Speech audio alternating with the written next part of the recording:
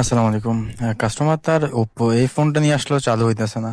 তো পরবর্তীতে আমি চার্জে দিয়া দেখতেছি যে মোবাইলটা আসলে চালু হইতেছে না। মোবাইলটা যখন আমরা চালু দিই এটা অটোমেটিক রিকভারি মোডে যায়। এরপর আমি কি করলাম, আবার রিস্টার্ট দিয়ে দেখি যে আবার আমাদের মোবাইলটা কি চালু হয় কিনা। এরপর আমরা আবার রিস্টার্ট দিলাম। রিস্টার্ট দেওয়ার পর আপনারা দেখতে পারতেছেন যে আমাদের মোবাইলটা আবার অটোমেটিক রিকভারি মোডে যাইতেছে। আসলে চালু দিলে অটো রিকভারি মোডে যাওয়ার এর অন্যতম কারণ হচ্ছে আমাদের প্লাস মাইনাস যে ভলিউম বাটন, ওই ভলিউম বাটন। তো আসলে ভলিউম বাটনের সমস্যা হলে আমাদের মূলত এই সমস্যাটা হতে পারে। সেই ক্ষেত্রে মোবাইলটা আগে খুলে দেখা লাগবে। পরবর্তীতে এখন আমি মোবাইলটা আস্তে আস্তে খুলে নিব। আসলে আমাদের যে অটো রিকভারি মোড, কাস্টমার মোবাইলটা অফ করছিল, অফ করার পরে মোবাইলটা চালু হইতেছে না। ভলিউম ডাউন প্লাস বাটনে আসলে এরকম সমস্যা থাকলে মূলত সমস্যাটা হয়। সেই ক্ষেত্রে আমি কি করবো, এখন ভলিউম যে আমাদের যে র্যাবন থেকে মাদারবোর্ডটা আলাদা করে মোবাইলটা চালু দিলাম। চালু দেওয়ার পর আপনারা দেখতে পারতেছেন যে আমি আলাদা করে র্যাবনটা চালু দেওয়ার কারণে আমাদের মোবাইলটা চালু হয়েছে। যখন আমি মাদারবোর্ডটা আমাদের যে ভলিউম বাটনের যে র্যাবনের মধ্যে লাগালে আমাদের অটোমেটিক যে সাউন্ডের যে মাইনাস বাটনটা, মানে যেটা দিয়ে আমরা সাউন্ড কমাই, ওই বাটনটা অটোমেটিক কাজ করে।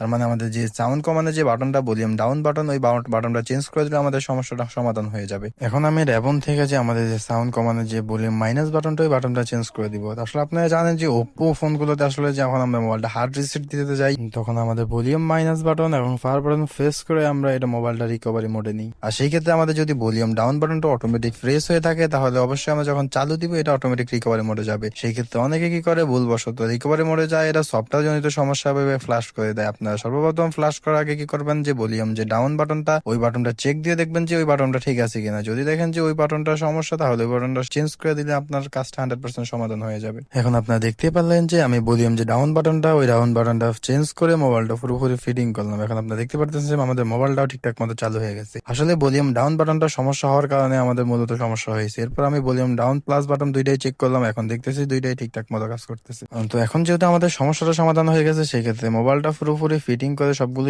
স্ক্রু ফিটিং করে, মোবাইলের যে ফ্রেমের মধ্যে যে পুরোনো গামগুলো ছিল, ওই গামগুলো ভালো করে ক্লিন করে, যাতে কাস্টমার একটা ভালো ফিনিশিং পায়, সেই ক্ষেত্রে ভালো করে গামগুলো ক্লিন করে মোবাইলটা ফিটিং করে দিলাম। তো আসলে আপনাদের যদি আমার এই ভিডিও দেখে কিছুটা উপকৃত হয়, আমার ভিডিও যদি ভালো লাগে, অবশ্যই ফেসবুক থেকে দেখে থাকলে আমার ফেসবুক পেজটা ফলো দিবেন, আর ইউটিউব থেকে দেখে থাকলে আমার ইউটিউব চ্যানেলটা সাবস্ক্রাইব করে আমার পাশেই থাকবেন।